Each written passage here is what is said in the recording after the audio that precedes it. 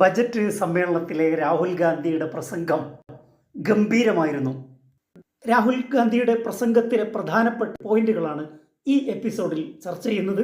ലോകസഭയിലെ 2 പ്രസംഗങ്ങളിലും രാഹുൽ ഗാന്ധി ഉപയോഗിക്കുന്ന പ്രധാനപ്പെട്ട ഒരു കാര്യം ഹിന്ദുയിസം കൊണ്ട് BJPയുടെ ഹിന്ദുത്വത്തെ അറ്റാക്ക് ചെയ്യുക എന്നതാണ്.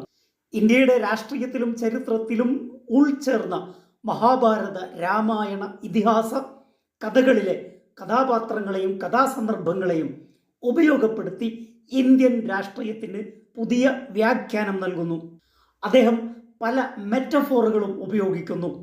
അഭിമന്യുവിനെ ചക്രവ്യൂഹത്തിൽ കുരുക്കിയ പോലെയാണ് മോദിയുടെ നേതൃത്വത്തിൽ ഇന്ത്യയെ കുരുക്കുന്നതെന്ന് രാഹുൽ ഗാന്ധി പറയുന്നു.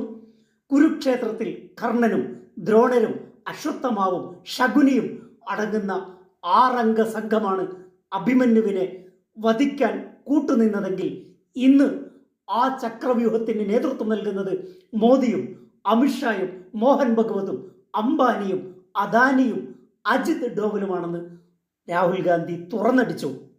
ചക്രവ്യൂഹത്തിന്റെ മറ്റൊരു പേരാണ് പത്മവ്യൂഹം. പത്മ എന്ന് പറഞ്ഞാൽ താമരയാണ്. പത്മവ്യൂഹത്തിന്റെ ഈ മാതൃകയാണ് മോദി ഇന്ത്യയിൽ പ്രയോഗിക്കുന്നത്. തെരഞ്ഞെടുപ്പ് കാലത്ത് പത്മവ്യൂഹത്തിന്റെ താമര ചിഹ്നമാണ് മോദി തൻ്റെ കുർത്തയിൽ ധരിച്ചത്. ഈ ചക്രവ്യൂഹത്തിൽ മാധ്യമങ്ങളെയും നിശബ്ദമാക്കിയെന്ന് രാഹുൽ ഗാന്ധി പറയുന്നു.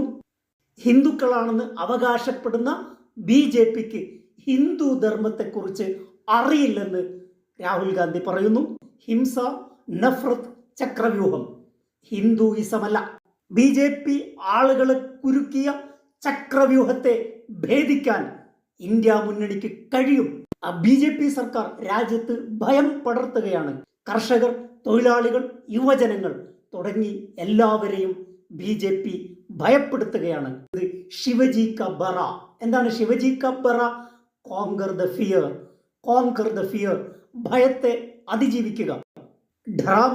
ദരിദ്രർക്ക് മോദിയുടെ ഇന്ത്യയിൽ സ്വപ്നം പോലും കാണാൻ കഴിയില്ല. സ്വപ്നം കാണാൻ കഴിയുന്നത് അദാനിമാർക്ക് മാത്രമാണ്.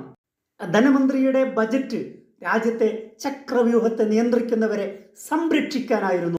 എല്ലാ മേഖലകളെയും ചക്രവ്യൂഹത്തിൽ കുരുക്കുകയാണ് മോദി സർക്കാർ. ചക്രവ്യൂഹത്തെ തകർക്കാനാണ് തങ്ങളുടെ ശ്രമമെന്നും രാഹുൽ ഗാന്ധി പറയുന്നു. ചക്രവ്യൂഹത്തിന് പിന്നിൽ 3 ശക്തികളാണുള്ളത്. ഒന്ന് ക്രോണിക് ക്യാപിറ്റലിസം, കുത്തക മൂലധനം. രാജ്യത്തെ മുഴുവൻ സമ്പത്തും അനുഭവിക്കാൻ അനുവദിക്കുന്നത് 2 കുടുംബത്തെ മാത്രമാണ്. രണ്ടാമത്തത് ഡീപ് സ്റ്റേറ്റ് എന്ന് വിശേഷിപ്പിക്കാവുന്ന അന്വേഷണ ഏജൻസികൾ, CBI, ആദായ നികുതി വകുപ്പ്, ഇത്തരം ഏജൻസികൾ.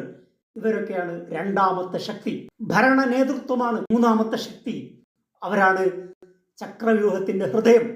അവർ രാജ്യത്തെ നശിപ്പിക്കുകയാണ്. മറ്റൊരു പ്രധാനപ്പെട്ട കാര്യം രാഹുൽ ഗാന്ധി പറയുന്നത് BJPയുടെ കോർ വോട്ടേഴ്സ്, സപ്പോർട്ടേഴ്സ് അത് മിഡിൽ ക്ലാസ് ആണ്.